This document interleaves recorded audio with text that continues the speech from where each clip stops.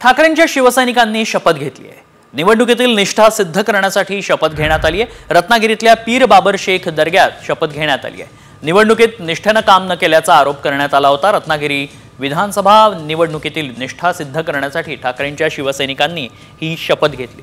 रत्नागिरी शहरापासून जवळच असलेल्या पीर बाबर शेखच्या दर्ग्यात कार्यकर्त्यांनी शपथ घेतली आहे। माजी खासदार विनायक राऊत यांच्या बैठकीत विधानसभेत प्रामाणिकपणे काम करण्यावरून आरोप प्रत्यारोप रंगले।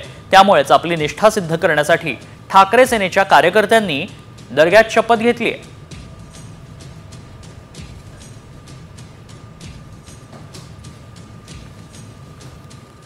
ठाकरेंच्या शिवसैनिकांनी शपथ घेतली आहे।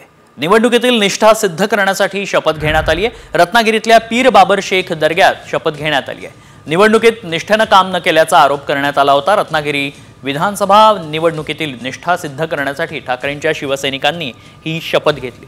रत्नागिरी शहरापासून जवळच असलेल्या पीर बाबर शेखच्या दर्ग्यात कार्यकर्त्यांनी शपथ घेतली आहे। माजी खासदार विनायक राऊत यांच्या बैठकीत विधानसभेत प्रामाणिकपणे काम करण्यावरून आरोप प्रत्यारोप रंगले। त्यामुळेच आपली निष्ठा सिद्ध करण्यासाठी ठाकरे सेनेच्या कार्यकर्त्यांनी दर्ग्यात शपथ घेतली आहे।